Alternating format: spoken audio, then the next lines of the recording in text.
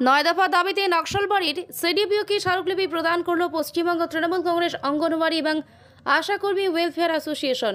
এদিন বাগডোগরায় সিডিপিও দফতরের সামনে বিক্ষোভ প্রদর্শন করেন সংগঠনের সদস্যরা। অভিযোগ এমনিতেই কম সাম্মানিক, তার মধ্যে কেন্দ্র রাজ্য অংশীদারিত্ব থাকায় রাজ্য টাকা দিলেও কেন্দ্র সাম্মানিক দিতে টালবাহানা করছে। বর্তমানে সবজির বাজার অগ্নিমূল্য হলেও তাদের সাম্মানিক থেকেই তা কিনতে হচ্ছে। ডিমের দাম বেড়ে গেলেও তার সঠিক প্রাপ্য দেওয়া হচ্ছে না। অভিযোগ অঙ্গনওয়াড়ি কর্মী ঘরের সোনা বন্ধক দিয়ে শিশুদের খাবারের ব্যবস্থা করছেন। দ্রুত তাদের সাম্মানিক বৃদ্ধি সহ নিয়মিত প্রদানের দাবিতে এদিনের বিক্ষোভ কর্মসূচি করা হয়।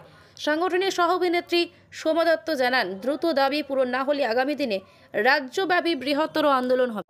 আজকে অ্যাকচুয়ালি আমাদের অঙ্গনওয়াড়ি কর্মী এবং সহায়িকাদের বিভিন্ন দাবি দাবা নিয়ে আমরা এখানে আজকে উপস্থিত হচ্ছি। আমাদের নকশালবাড়ি প্রজেক্টের সিডিপিও স্যার ওনার কাছে আমাদের দাবিগুলো জানানোর জন্য। কি দাবি রয়েছে? দাবির মধ্যে আমাদের এখানে 9টা দাবি আছে মোট। তার মধ্যে প্রথম দাবিটাই হচ্ছে যে বিগত কিছু মাস ধরে আমাদের সরকার থেকে যে বরাদ্দ সাম্মানিক ভাতা আমাদের দেওয়া হয়, রাজ্য সরকার এবং কেন্দ্র সরকার দুই সরকার থেকে আমাদেরকে দেওয়া হয়, সেটা কিন্তু আমরা সময়তে পাচ্ছি না। রাজ্য সরকারটা একটু আমরা পেলেও কেন্দ্র সরকার যেটা আমাদের সাম্মানিক দেওয়া হয় সেটা কিন্তু আমাদের সময়মতো দেওয়া হচ্ছে না। সেই ক্ষেত্রে আমাদের সত্যি কথা বলতে কি সামান্য অনারিয়াম পেয়ে আমাদের কেন্দ্র চালাতে হচ্ছে, নিজেদের ফ্যামিলি চালাতে হচ্ছে, খুব একটা সমস্যার মধ্যে আমরা পড়েছি। এটা আমাদের 1 নম্বর দাবি, যাতে এটা আমাদের সময়মতো প্রদান করা হয়।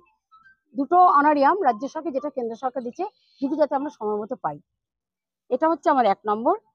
তারপরে আমাদের কেন্দ্র পরিচালনার যে করতে যে আমরা শিশু খাদ্য দিই, সেখানে যে আমাদের সবজি, আমরা জ্বালানি সবজি, ডিম, আমরা যেগুলো আমরা নিজের থেকে আমাদের খরচ করতে হয়, সেই জায়গাটা সেই বিলটাও কিন্তু আমরা সময় মতো পাই না।